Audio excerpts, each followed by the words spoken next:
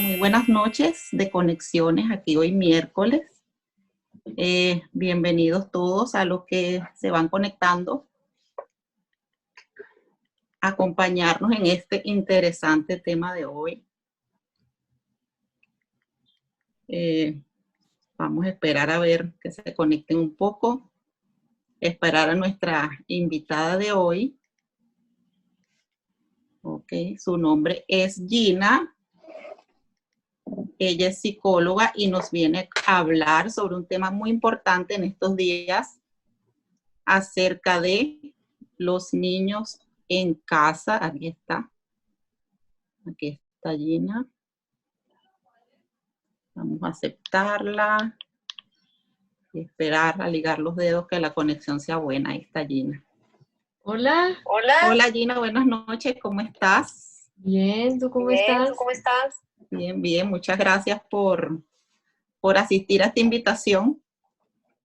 Gracias por invitarme. El día de hoy te presentaras y nos dijeras a qué te dedicas, cuál es tu trabajo, para que nos expliques un poco. Bueno, primero, nuevamente gracias por haberme invitado acá a tu espacio.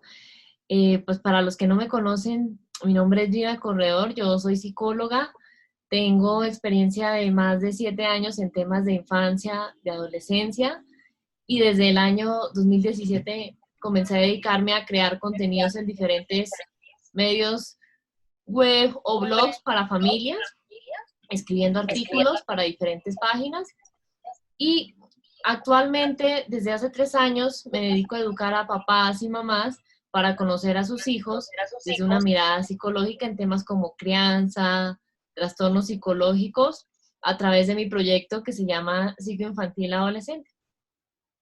Excelente, Gina.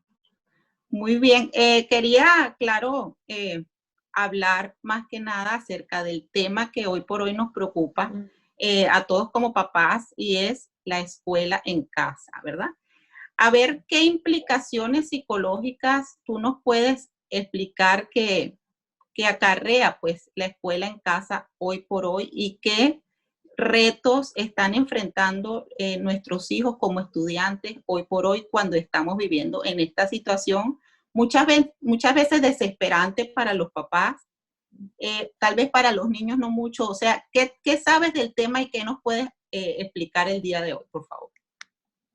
Pues digamos que es importante, es bueno que para que todos nos ubiquemos y hablemos de lo mismo, tengamos presente que alrededor del mundo hace más o menos un año la vida cambió para todos, ¿no? Entonces, esto también se evidenció poco a poco en el entorno escolar, en la parte escolar, ¿sí? Entonces, por cuestiones de salud pública que, digamos, no vamos a profundizar mucho, a nivel mundial se tuvo que mandar a los niños y los adolescentes a la casa y tuvieron que estudiar sí o sí de forma 100% virtual. Pues digamos los que tenían la posibilidad, los que no, pues digamos que se quedaron todo este tiempo sin el acceso a esa educación. Y esto ha traído, digamos, diferentes retos para esas familias que tuvieron que adoptar ese modelo de escuela en casa, ¿sí? Y me parece importante hoy hablar de esto porque es bueno que tengan presente que se tiende a confundir mucho la escuela en casa con lo que llaman homeschooling. Y deben saber primero que son dos cosas muy distintas, ¿sí? Primero, el primer mito que hay que derrumbar hoy es que el homeschooling no están todo el tiempo, digamos, conectados a una pantalla, sino en el homeschooling es prácticamente, digamos, que son padres que deciden, especialmente cuando sus hijos tienen 5 años o menos, hacerse cargo de toda la parte educativa de sus hijos en casa, en lugar de llevarlo a un jardín o a un, digamos, o a un kinder, ¿sí? Entonces, importante que tengan eso presente para poder diferenciarlo de la escuela en casa, que la escuela en casa es, llámese que se conectan a un Zoom durante X tiempo, el profesor les, digamos, les da unas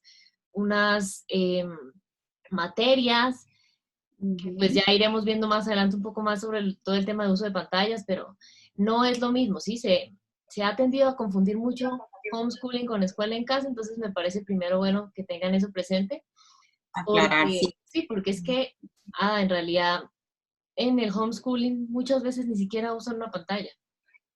Tienes razón. Y he visto también, perdona que te interrumpa, que en el homeschooling tienden a socializar más. Exacto. Y aprovechando eso que estás diciendo, me parece importante primero que hablemos hoy de una preocupación que tienen los papás que me han escrito en ocasiones durante este año y es el aburrimiento, ¿sí? Y quiero hablarles de ese aburrimiento versus esa creatividad, y es que se cree que los hijos tienen que estar ocupados todo el tiempo ahorita que están en escuela en casa, ¿sí? Porque supuestamente ese tiempo sin hacer nada, entre comillas, que en realidad hacen mucho, es cuando más se llega a la creatividad. Y sé que tal vez algunos me dirán, Gina, pero ¿cómo así? ¿No tienen que estar haciendo algo siempre para ser creativos? Y deben saber que cuando estamos sin hacer nada, en ocasiones es que vienen las mejores ideas, ¿sí? Entonces, la creatividad, digamos, se vuelve algo útil tanto para la parte escolar como para la parte familiar, como para otros aspectos de la vida de esos hijos. Y ese aburrimiento muchas veces se percibe como algo malo. Ay, no, pero es que ¿qué hago si mi hijo, digamos, está todo el tiempo en la casa? Ya no lo puedo llevar al parque como antes, o ya no podemos ir a cine como antes. Y deben saber que es importante que tengan presente que a la hora de la verdad hay tiempos en los que, digamos, no es necesario que los adultos estén todo el tiempo con los hijos, ¿sí?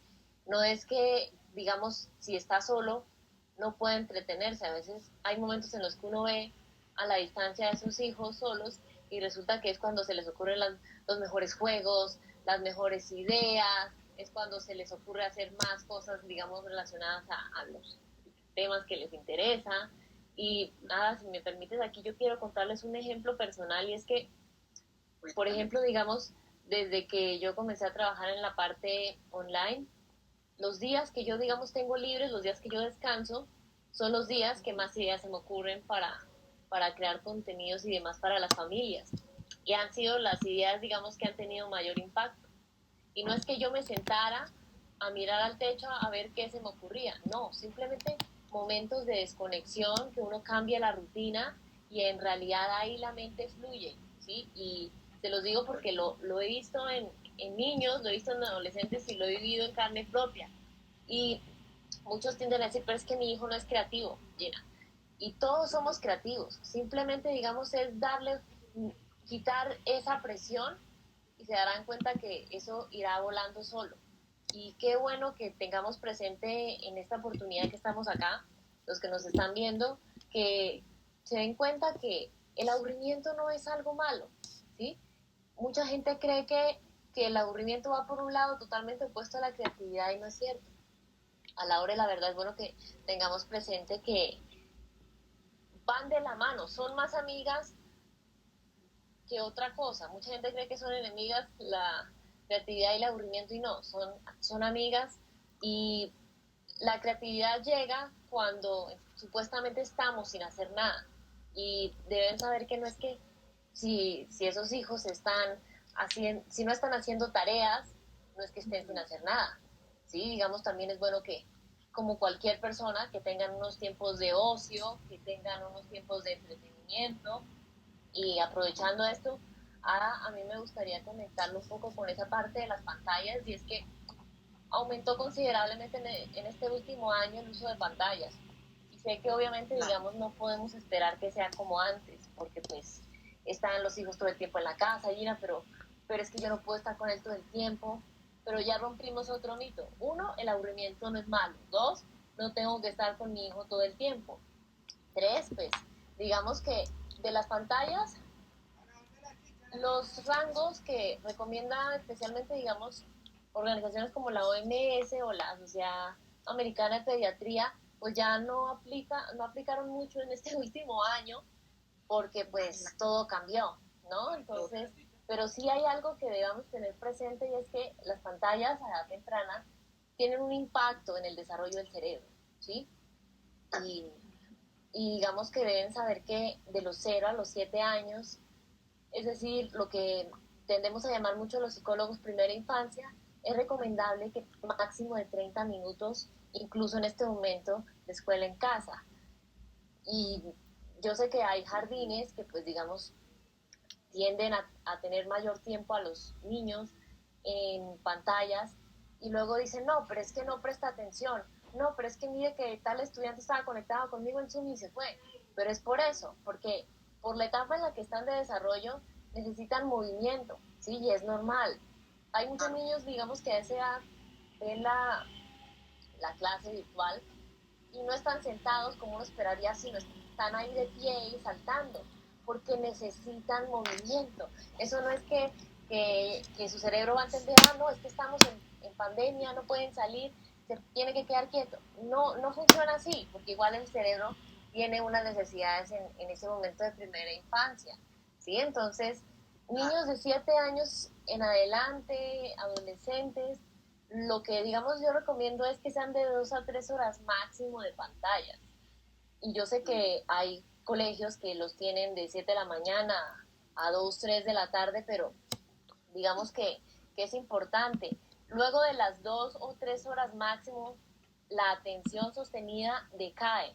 Y pues para los que nos están viendo y no saben qué es esa atención sostenida, digamos, piensen cuando vieron que estaba en vivo y se conectaron.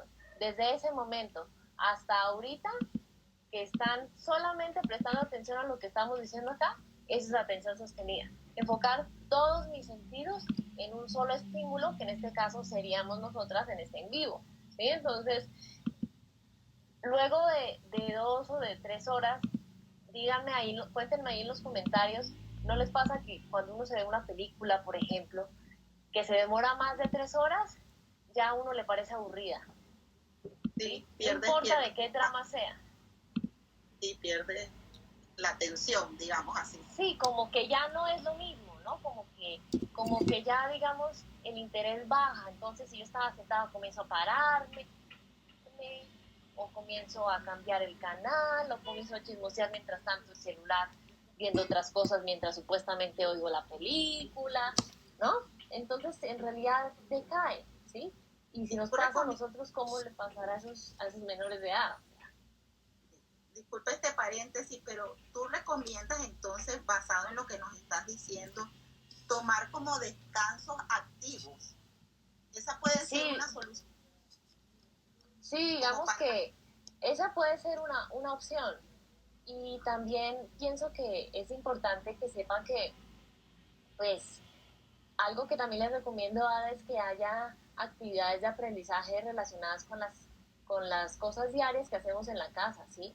Por ejemplo, si a mí me gusta hacer cosas con masas, con harinas, eso, digamos, también puede ayudar mucho para toda la parte de las medidas, que la comienzan a ver en ciertos momentos, digamos, en el colegio los niños, ¿no?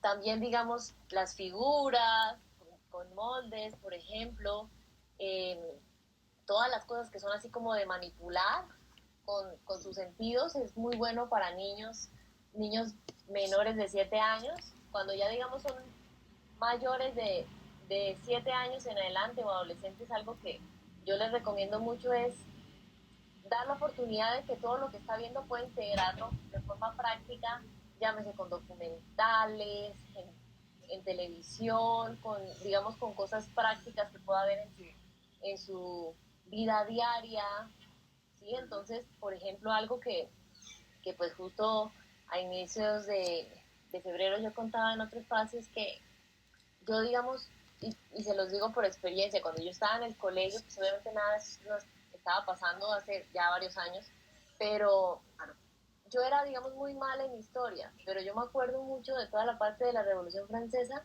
porque el profesor en ese momento nos hizo ver un documental, y literal, a mí eso me enganchó tanto, porque claro, uno veía los personajes, no era el texto así largo, aburrido, sino ya uno lo veía de una forma muy distinta, como una historia, digamos, común y corriente, y era mucho más fácil integrarlo y entenderlo, ¿sí? Entonces, de historia, lo único que yo me acuerdo es la Revolución Francesa, pero por el documental. Sí, tú me dices, Gina, pero ¿Qué decían las lecturas que les mandaban de la Revolución Francesa? Ni idea. Yo me acuerdo del documental porque es bueno que tengan presente los canales de aprendizaje de cada uno, ¿sí? Por ejemplo, yo, digamos a nivel personal, yo soy muy visual, entonces todo lo que tiene que ver con imágenes a mí me llega muy fácil. Hay personas que aprenden más, digamos, a través de otros sentidos y es bueno que aprendan a identificar eso en sus hijos, ¿sí? Porque no es que sea capaz o sea incapaz para, sino que cada uno aprende más a través de un canal, digamos, sensorial diferente. Y pues digamos, yo eh, no soy quien para criticar cómo están manejando los colegios, los jardines, toda esta situación, porque obviamente han hecho lo mejor que han podido con los recursos que han tenido, pero es claro que tengan presente que pues primero ya dimos unas recomendaciones del uso de pantallas de acuerdo a las edades. Y segundo, hay que ser sinceros. No hay nadie que vaya a poder estar atento y concentrado e interesado en un Zoom de 7 de la mañana a 3 de la tarde. ¿Sí? Una jornada completa, así como en el colegio, pero en un Zoom. No pasa. ¿Sí? Si a uno de adulto, digamos, le cuesta, a un niño, a un adolescente muchísimo más. Es bueno que eso lo tengan ahí presente porque es bueno que haya, digamos, un tiempo donde sean las indicaciones, preferiblemente 30 minutos y el resto que sea más, digamos, más práctico, más manipulativo, especialmente porque eso va a ayudar mucho para que puedan, digamos, adaptarse de una forma favorable a esta situación, dure lo que dure, ¿no? Porque, pues, digamos, mucha gente cree que ya como se están vacunando en diferentes lugares esto se va a resolver y ya, pero hay expertos, epidemiólogos que dicen que esto va a alargarse más de lo que la gente cree, ¿no? Entonces, Sí, no, yo, digamos, y les digo eso porque no es catastrofizar, pero pues es bueno ser conscientes de la situación. sí. Yo pienso también que ya la tendencia va a ser más virtual en todos los ámbitos. Entonces, algo que queramos o no, vamos a tener que acostumbrarnos. ¿Sí o no? ¿Qué tú crees?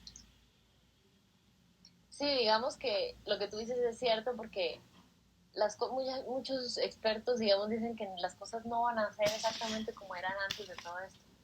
Y digamos que es importante que tengan presente que, así como hablábamos de esa necesidad del movimiento, de ciertas recomendaciones de las pantallas, es bueno que dentro de las pantallas también tengan presente la parte de la interacción social, que pues tú, Ada, lo hablabas al inicio de esta charla, y es que virtual o presencial, tus hijos necesitan socializar, ¿sí?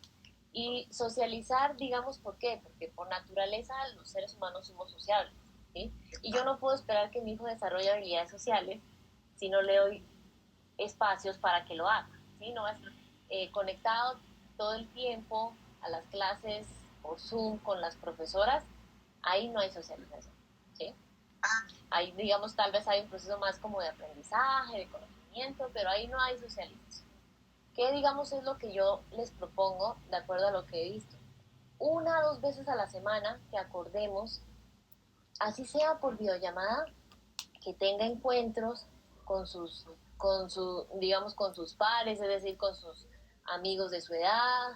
Si es presencial, pues obviamente tengamos presente los protocolos de bioseguridad que tiene, digamos, maneja de forma muy específica cada país de cierta manera, pero que es importante, no les quitemos esa oportunidad, ¿sí? Porque a veces eso que le dicen a los hijos en la casa, mi hijo, pero salude, pero pues si no tiene esos espacios en donde pueda aprender a saludar, pues no puede esperar a que salude, ¿sí? Entonces, miren lo importante, digamos, que es, y aquí quiero hacerles énfasis, en que esto no debe ser presionado. Esto no es que, ay, no, hoy a las 8 de la noche usted sí o sí se tiene que ver con sus amigos. Ay, no, pero es que no quiero. No, es que yo no le estoy preguntando. Aquí no es impuesto, ¿sí? Negociemos. ¿Cómo le gustaría? ¿Le gustaría, digamos, que fuera solo con un amigo, con una amiga? ¿Le gustaría que fuera con varios a armar un encuentro, digamos, por ahí por Zoom?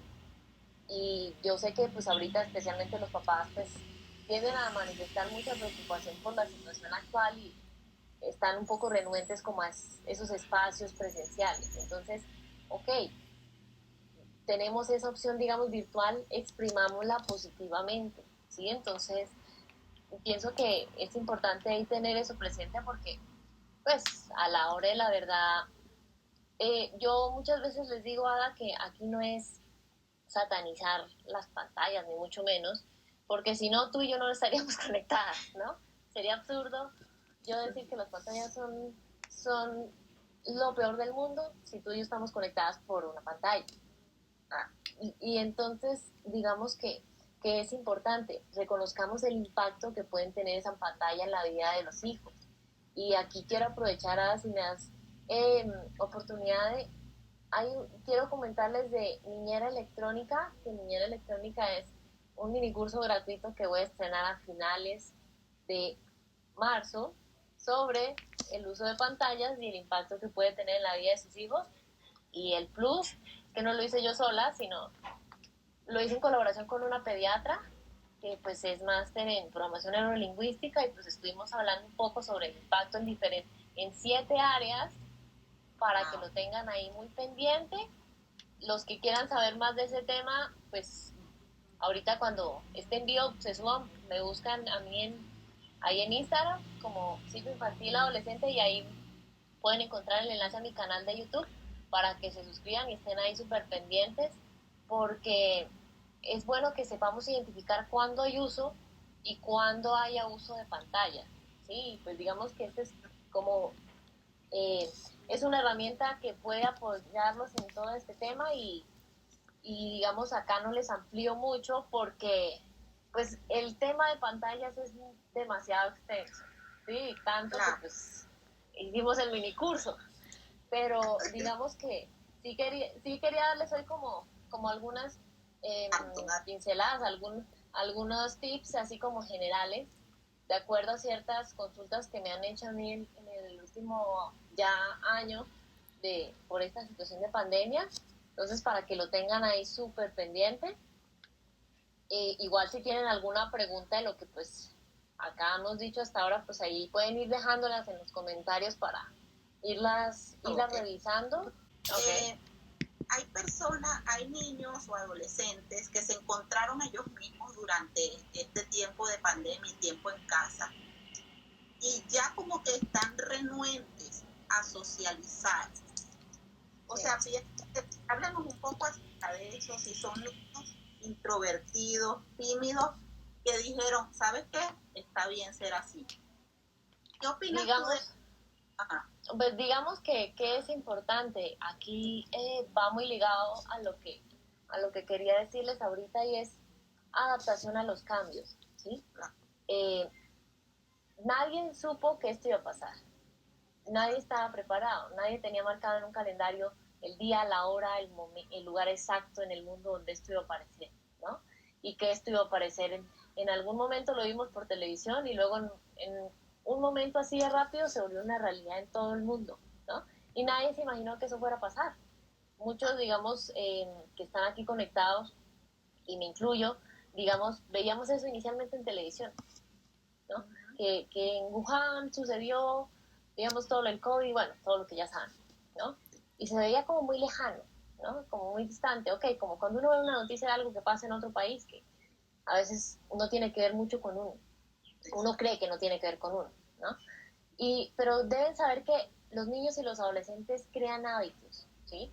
Crean rutinas, colegio, vacaciones, fechas especiales como la Navidad, en ocasiones también cuando fallece un ser querido, llámese un familiar o una mascota, que pues para ellos también, digamos, es importante y generan, digamos, una pérdida. Y, exacto, y digamos que estas rutinas, ¿qué pasa con ellas? Esas rutinas les ayuda a percibir seguridad a nivel cerebral, ¿sí? Esto, digamos, tiene unas bases muy fuertes en el cerebro y deben saber que cuando el cerebro percibe un cambio al cual esos menores no fueron preparados, puede generar 3 tipos de respuestas. Que se vuelva agresivo, y pongan ahí una manito cuántos han tenido casos de sobrinos, de primos, de nietos, de hijos que han estado agresivos por esto, porque se activa esa respuesta de lucha, o esta parte de que escapan o evitan ciertas situaciones, dirán, pero es que ya no quiere hablar, pasa todo el tiempo encerrado, ay no, pero es que ahora quiero digamos, tener un tiempo con él y ya no me cuenta casi las cosas. Esa respuesta, digamos, de huida, y ven ahí están comenzando a levantar las manos. O esa tercera, digamos, que es como congelarse, ¿sí? Como paralizarse. Y esto, digamos, pasa en el cerebro no solo de los niños y de los adolescentes, sino también de los adultos. Y miren acá lo que Araceli nos dice. A mí me está pasando que mi hijo de casi 4 años está socializando mejor con adultos que con otros niños, claro, porque la realidad ahora es totalmente distinta. Muchos, digamos, perdieron esos espacios físicos o presenciales en los que tenían oportunidad de compartir con compañeritos o con amigos de su edad y ahorita están más tiempo con adultos. ¿Sí? Entonces, ¿qué pasa, digamos, por qué eso pasa en ese cerebro, Gina? Digamos que no voy a venirles con una clase así de anatomía súper extensa, pero sí es bueno que sepan que el cerebro que todos tenemos se divide en tres, ¿sí? La base principal, la acá abajo, el tallo cerebral y digamos, cerebelo y toda esa parte que le llaman ganglios basales, le llaman cerebro reptiliano. ¿Por qué? Porque viene de reptil. ¿Qué significa eso? Que es el cerebro más primitivo que tenemos todos los seres vivos. Es decir, este cerebro lo compartimos con cualquier animal que ustedes piensen en este momento, ¿sí? Desde el más grande hasta el más chiquitico, no importa. Si vuela, o está en agua, o está en tierra, ¿sí? ¿Y qué pasa? Digamos que, además de ser el único que tenemos desarrollado desde que nacemos, esta parte que les acabo de decir, que le llaman cerebro reptiliano, es el único con el que todos los seres humanos nacemos y ya, digamos, está completico, por decirlo de alguna manera. Y entonces es clave tener herramientas para cuidar la salud mental de los hijos ante esos cambios. ¿Por qué? Porque si no, ese cerebro reptiliano va a estar todo el tiempo en lucha, en huida, o se paraliza, ¿sí? Y digamos a menor edad de esos hijos va a suceder más porque no tienen todavía ese cerebro emocional y mucho menos este cerebro que es más estos lóbulos prefrontales que son más ejecutivos, que ayudan más como a la parte racional, ¿sí? Gina, y entonces ¿a qué edad terminan de desarrollar su cerebro? Hay estudios que dicen que a los 25 años, hay estudios que dicen a los 28, pero ustedes tal vez seguramente conocen personas que a veces no se sabe dónde está, ¿no? Teóricamente hasta los 28, pero eso digamos que la ventana está abierta. Y miren el impacto que esto puede tener, si es fuerte para uno estos cambios, ¿cómo serán para esos niños y esos adolescentes que están desarrollando apenas ese cerebro? ¿Sí? Miren lo importante. Por eso es que no saben regular emociones, por eso es que todo el tiempo, digamos, tienden a tener reacciones muy explosivas, en especial cuando tienen menos de 7 años, ¿sí? Y algunas recomendaciones que quiero darles para esa adaptación a esos cambios, es, primero, historias sociales. Y algunos dirán, pero ¿historias qué? No es que le cuenten, digamos, una historia como un cuento, sino es a través, digamos, es como un libro que vamos armando con esos hijos, donde hay fotos ya sean propias obtenidas en internet, tengan ahí anotado, y se llama historias sociales, para que lo tengan ahí presente. Entonces, digamos que van a pensar en esa actividad y ustedes sienten que más le cuesta a ese niño, ese adolescente. Gina, organizar su cuarto. Gina, hacer las tareas. Gina, prepararse para el baño. Ok, listo. Entonces van a pensar, si ustedes esa actividad tuvieran que mostrársela paso a paso en imágenes y con frases, y que cada imagen fuera acompañada de una frase muy corta, muy sencilla, muy específica, ¿cómo sería? ¿Sí?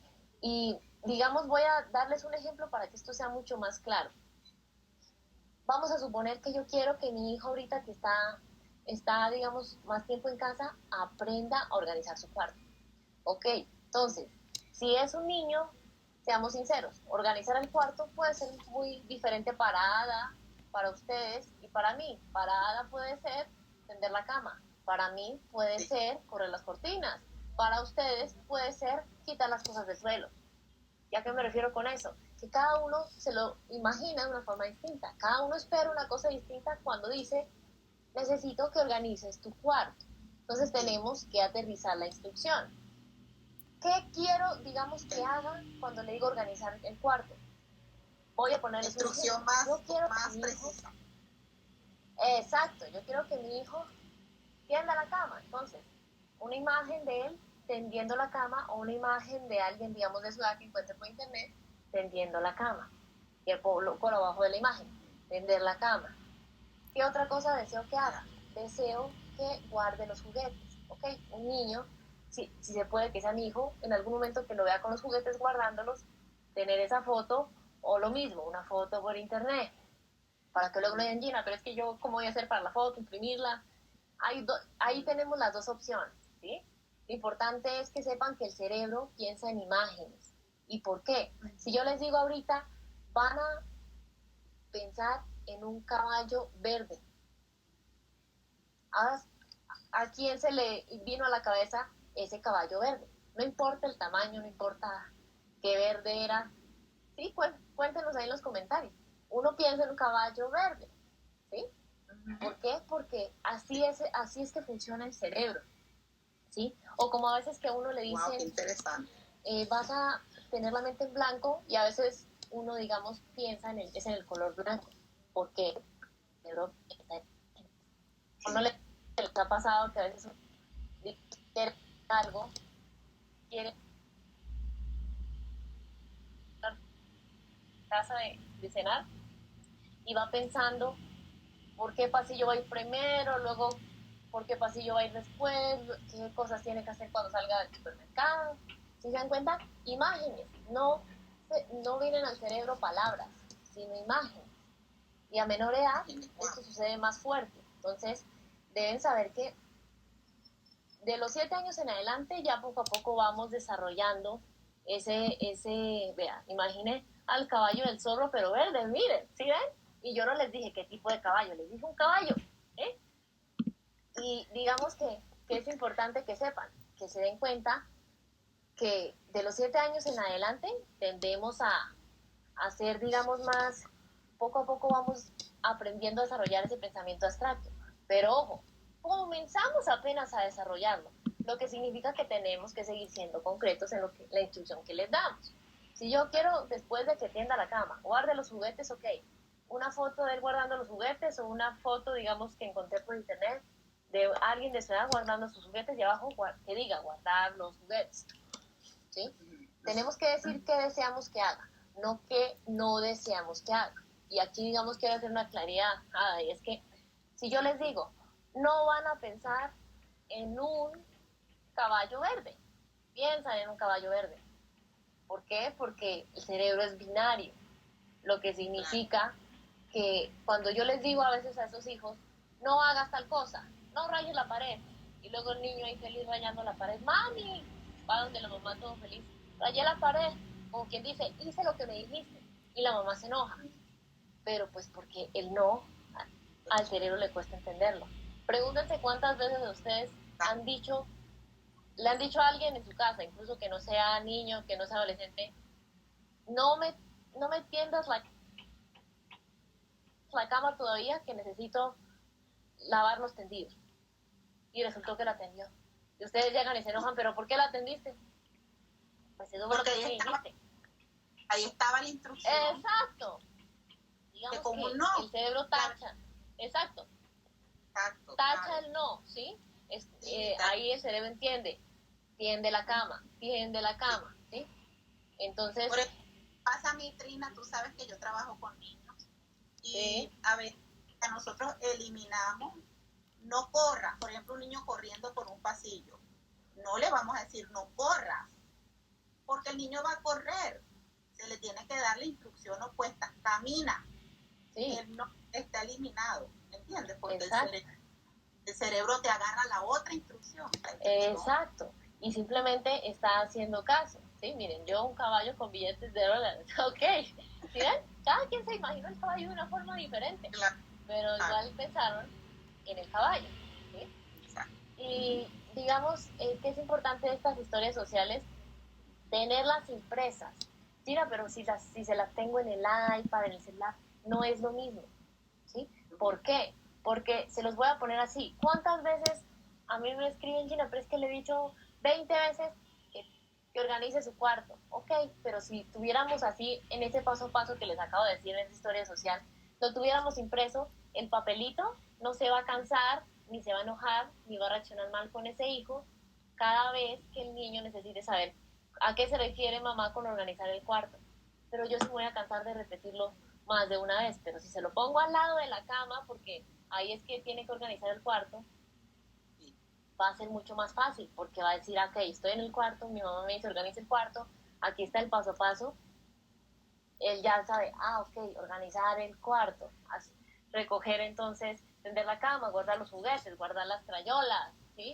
O si ya son adolescentes, tender la cama, salir, ya, digamos, salirme de redes sociales, organizar todas las tareas para mañana, ¿sí se dan cuenta? Pero porque se le dio el paso a paso. Y aquí hay una recomendación y es que si digamos pueden colocar esa historia social, pegarla en, ya sea digamos que encima tenga un acetato para que puedan ahí tachar cada vez que van haciendo alguna actividad y luego puedan borrar para el día siguiente tenerlo ahí, o en pegarlo en un tablero de esos, digamos, blancos que son borrables y al ladito van colocando conforme van haciendo cada una. Eso, digamos, es bueno para que cada vez que sus hijos vayan logrando alguna de esas actividades, ellos mismos sean el que colocan el ok o el chulito, no sé cómo le dicen allá, que digamos así el de bien. La palomita. La palomita, exacto. Entonces, eso les genera motivación interna, motivación intrínseca. ¿Y a qué me refiero con eso? Que yo no tuve que comprarle nada ni darle ningún premio para que lo hiciera, sino que le genera tanta satisfacción que al hacer eso, la palomita, simplemente porque se da cuenta que es exitoso. ¡Ay! Organicé el cuarto. ¿Sí? Claro. Y cada vez que van haciendo cada uno de esos pasos, se sienten exitosos porque ahí lo van digamos, señalando con la palomita. ¿Sí? Entonces, qué importante es eso y yo sé que en ocasiones puede que me digan, Gina, pero es que con mi hijo a veces las cosas no son tan sencillas. Y acá quiero decirles que, por eso quiero hablarles un poco también, Ada, de primeros auxilios psicológicos. Y muchos habrán escuchado ya de primeros auxilios médicos, pero muchos no saben que existen primeros auxilios psicológicos. Háblanos de Y, eso. y digamos que ese es un tema un poco desconocido para algunos, pero digamos tiene más tiempo de lo que algunos ya conocen. Deben saber que, se los voy a poner así, cuando digamos le dan primeros auxilios médicos a alguien, lo que necesitan es que esa persona físicamente esté sana, ¿no? Entonces, en este caso, ¿qué es primeros auxilios psicológicos? Es esa atención temprana, es decir, durante esa ventana de esas 72 horas, después de exponerme a un evento traumático, ¿sí? O crisis, vamos a llamarle crisis, que pueden ser de dos tipos, esas crisis. Unas crisis que llaman normativas, que básicamente son eventos que se pueden esperar en diferentes etapas de la vida, por ejemplo, el primer día de jardín, las primeras palabras, esos cambios propios de la adolescencia, ¿sí? Son cosas que independientemente del país en el que vivamos o el lenguaje que hablemos, todos hemos vivido, ¿sí? O hay otro tipo de crisis que son más traumáticas, que son ciertas situaciones inesperadas, como por ejemplo vivir de forma directa o indirecta un evento violento, ¿sí? Llámese un secuestro, llámese un atentado, o vivir algún, digamos, desastre natural, pandemia, un tsunami, un terremoto, ¿sí? Un huracán, que pues eso en Estados Unidos pasa mucho, una tormenta, ¿sí? Muchas de esas cosas. Y digamos, ¿cuál es el objetivo de esos primeros auxilios psicológicos? Que muchos, digamos, los llaman PAP por la abreviación. Prevenir un daño a nivel de salud mental o disminuir al máximo ese daño, ¿sí? La idea es que ¿para qué hacemos esto, Gina? Para potenciar esas estrategias de afrontamiento, ¿sí? Que si no se tienen, se comiencen a elaborar y si se tienen, digamos que se saquen de ese baúl para usarlas, ¿sí? ¿Y en qué edades puedo usarlo, Gina? Digamos que los primeros auxilios psicológicos tienden a aplicarse en diferentes edades, ¿sí? Pero para, digamos, el objetivo de este envío, vamos a enfocarnos en niños y en adolescentes. Y es que, independientemente de la edad, tiene 5 pasos, ¿sí? Si tienen donde anotar, ténganlos ahí, digamos, a la mano. Esto, ante una crisis, puede ser como quien dice el as bajo la manga que puede ayudarles. Okay. Primer paso, contener. Contener. ¿Sí? ¿Y qué, digamos, es contener? Contener es brindarle un espacio seguro para que se exprese, ¿sí? Ante esas conductas, digamos, nocivas o vamos a llamarlas autodestructivas, reconducirlas. Les voy a poner un ejemplo. Mi hijo, por esta situación que no puede salir, comenzó a golpear su cabeza contra la pared, que eso, digamos, a veces tiende a pasar mucho. Decirle, digamos, agacharme y decirle, mi amor, entiendo, validarle esa emoción, entiendo que estás frustrado porque no podemos salir. ¿Qué te parece darle opciones?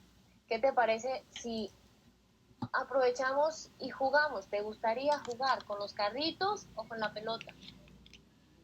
Listo. ¿Sí? Segundo paso, calmar.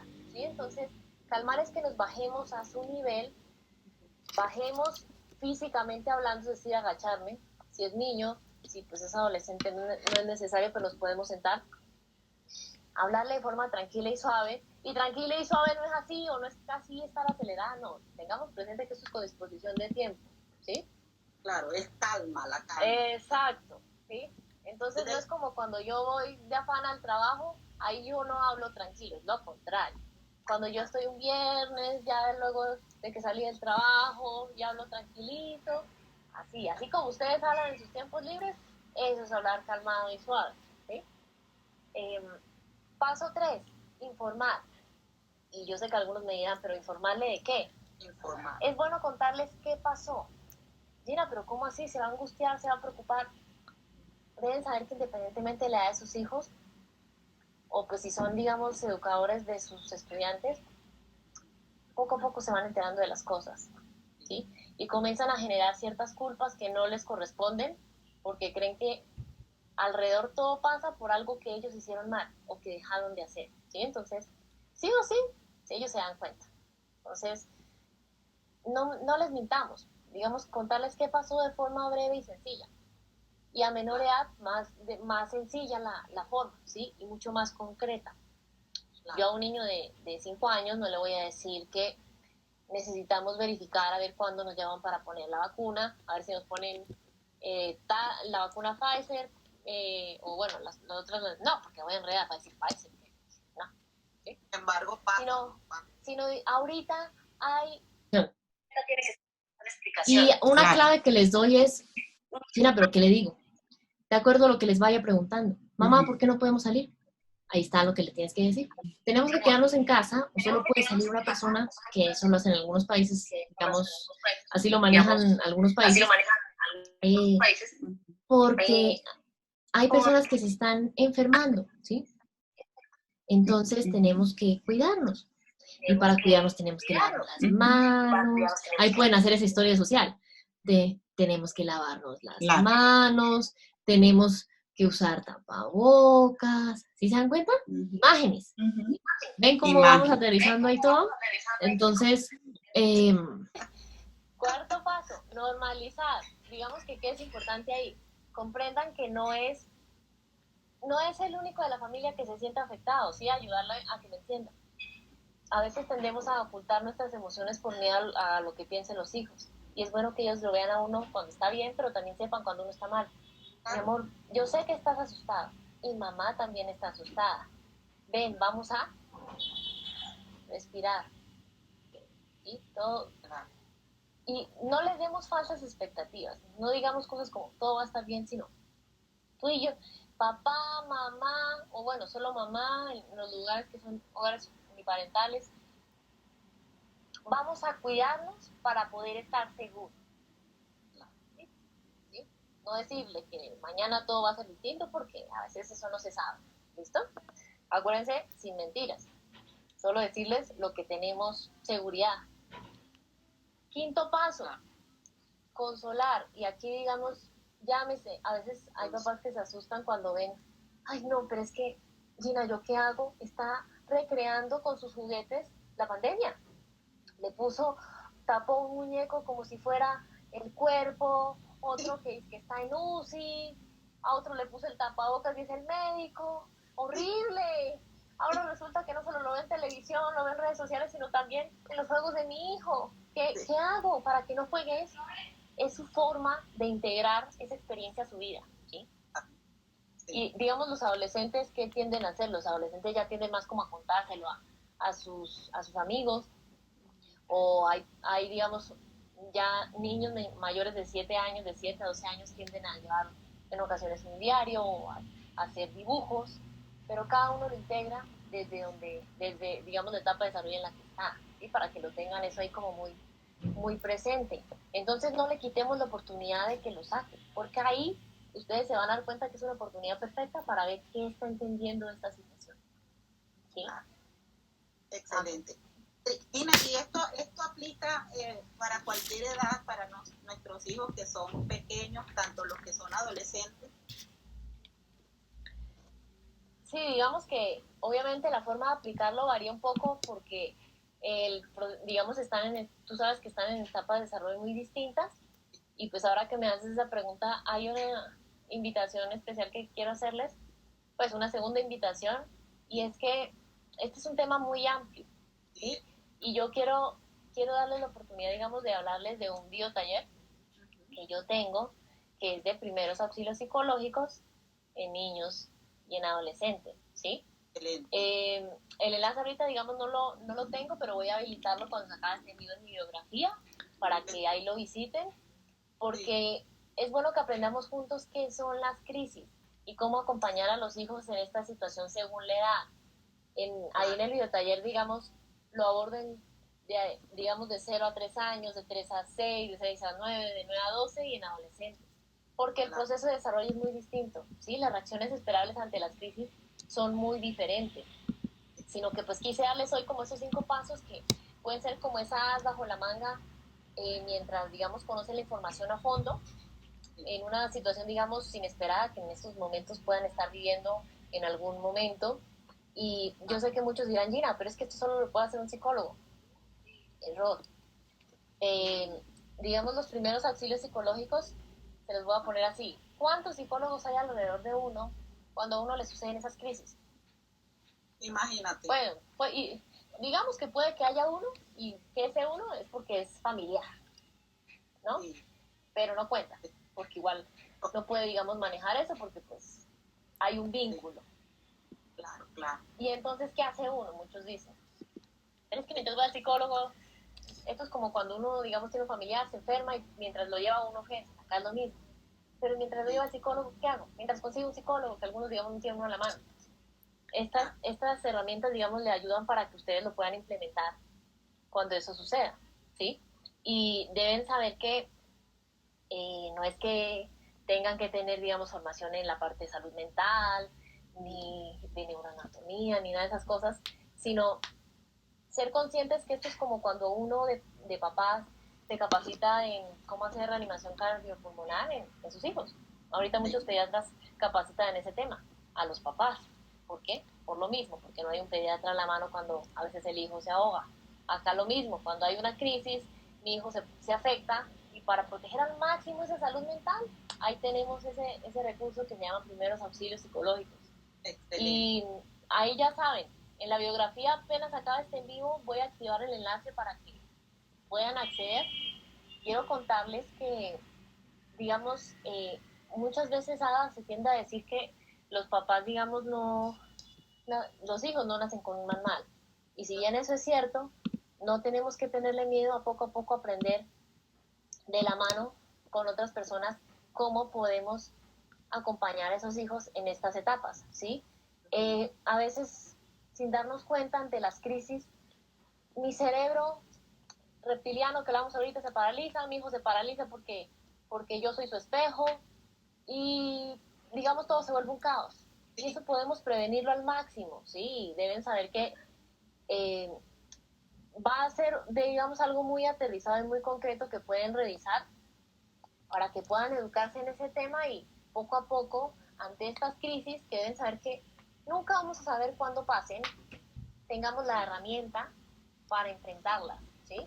Porque no solo vamos a cuidar la salud mental a corto plazo de sus hijos, sino a largo plazo, cuando sean adultos, van a ser adultos exitosos, mentalmente sanos, que le aporten cosas positivas a su entorno, porque ante esas crisis, llámese un divorcio, llámese la muerte de un ser querido, llámese un desastre natural, llámese algo que llaman pandemia, que quién sabe qué será, ¿no? Que uno no sabe cuándo van a pasar. Bueno, digamos divorcio sí se sabe, pero cuando son crisis traumáticas no se sabe. Sí. Podemos apoyarlo y acompañarlo. Y Sí. digamos, es bueno que tengan eso presente. Ajá, que como padres no hay una escuela donde uno puede ir a ser papá. O sea, que vamos aprendiendo sobre la marcha. Y pues es una ventaja y una bendición tener estos espacios, estos medios para aprender un poco más, ¿verdad? Y estar allí para cuando nuestros hijos nos necesiten, pues poder brindarles todos estos primeros auxilios psicológicos que nos han dicho. Y me parece súper lo podamos tener en cuenta para esos momentos que ni nosotros como padres estamos preparados y no podemos actuar. Sí, en realidad nunca sabemos cuándo va a pasar. Y pues aquí solo me gustaría decirles para cerrar que la escuela en casa puede implicar una barrera o una oportunidad, así como llamamos este en vivo de hoy, pero depende de ti que nos estás viendo hoy, ¿sí? Y de cómo aprendas a acompañar a tus hijos con la ayuda de esas herramientas que vimos hoy, que los que se conectaron al final pueden revisar luego la grabación que pues ahí Ada nos dirá cuándo va a estar disponible, para que se den cuenta que en realidad muchas veces nos dicen, pero ay no, yo qué voy a hacer cuando pasa con esta pandemia, qué voy a hacer cuando fallece. Digamos que si adquirimos las herramientas desde antes, podemos irlas practicando y cuando se presente eso, ya estamos entrenados para acompañar a ese hijo y que esa salud mental, en el caso ideal, no se afecte o que se afecte poquito, ¿sí? Y si se dan cuenta, somos agentes activos de cambio y de cambio positivo, porque si bien yo no sé cuándo van a pasar las crisis, ya tenemos la herramienta para afrontarlas. Y en la crisis que sea, y cuántas veces a veces se preocupan los papás, ay no, pero es que nos vamos a separar, se murió un ser querido, va a entrar al jardín, tengo que cambiarlo del colegio. Esas crisis, digamos, normales que suceden por la vida, por la infancia, por la adolescencia, para eso también sirven esos primeros auxilios psicológicos y quiero, digamos, aprovechar para decirles que la idea es prevenir y no tener que lamentar. Y por eso, digamos, quise pues cuadrar contigo este espacio, Ada, porque me pareció muy bueno el tema que tú me propusiste porque es muy actual y va muy alineado a todo lo que está pasando y muchos papás tienen esa duda y pues ya saben, apenas se acaba el en vivo yo voy a activar allá en mi biografía. Para los que no me siguen, me encuentran como Psico Infantil Adolescente, que ahorita les escribo ahí como es en Instagram. Y ahí también encuentran en las otras redes sociales que pueden encontrarme en YouTube para aprender más de las pantallas. Y también ahí encuentran en el link de mi biografía el biotaller de primeros auxilios psicológicos para que amplíen mucho más de esta herramienta. No puedo ampliar más hoy porque lo que les digo, de acuerdo a la edad, el tiempo no nos da, pero quise dejarles como un panorama general para que se den cuenta que herramientas hay y podemos aprenderlas y aplicarlas, y esto va a generar que las cosas en casa, en diferentes crisis que pueden presentarse o que van a presentarse, porque muchas sí o sí se van a presentar, digamos, sepamos cómo manejarlas. Entonces, eso es todo lo que quería compartirles hoy. No sé si hay alguna pregunta que tengan por ahí. Gina, primero que todo te agradezco muchísimo. Yo por lo menos le saqué el mayor de los provechos a este tema y los quiero invitar a los que se lo perdieron, pues que revisen. Aquí en mi feed lo voy a dejar puesto y que visiten el perfil de Gina, que es psicoinfantil adolescente. Y una de las cosas, gracias por sus corazones, gracias por los buenos comentarios que nos dejan acá. También quiero decirles que me ha tocado como experiencia que, y tú, Gina, me lo puedes ratificar o no, que muchas veces los papás nos preocupamos más de lo que está pasando en realidad. Los niños son agentes de cambios, actúan de una manera muy diferente a lo que nosotros muchas veces nos traumamos somos nosotros, y los niños prácticamente no les pasa nada. ¿Sí o no, Gina? Sí, sí, digamos, por eso es importante que se den cuenta que muchas cosas de las que pasan con los hijos, la respuesta está en este cerebrito. ¿Sí? Este es como ese mapa de navegación que si ustedes aprenden a conocer, van a tener muchas herramientas para la crianza de sus hijos. Y sé que muchos piensan, pero ¿qué tiene que ver el cerebro? Este es el que lidera todas las acciones tan sencillas como cuando ustedes escriben y tan complejas como saltar una carrera de obstáculos, ¿sí? Entonces, ténganlo presente porque ese es el mapa de navegación de esos niños y de esos adolescentes que, como se está desarrollando, les va a mostrar muchas cosas y por eso, pues, ya saben, en la biografía pueden ver ahí el biotaller para que aprendan un poquito más de todo lo que vamos a ver ahí. Si tienen alguna pregunta, igual por mensaje privado me escriben, me cuentan.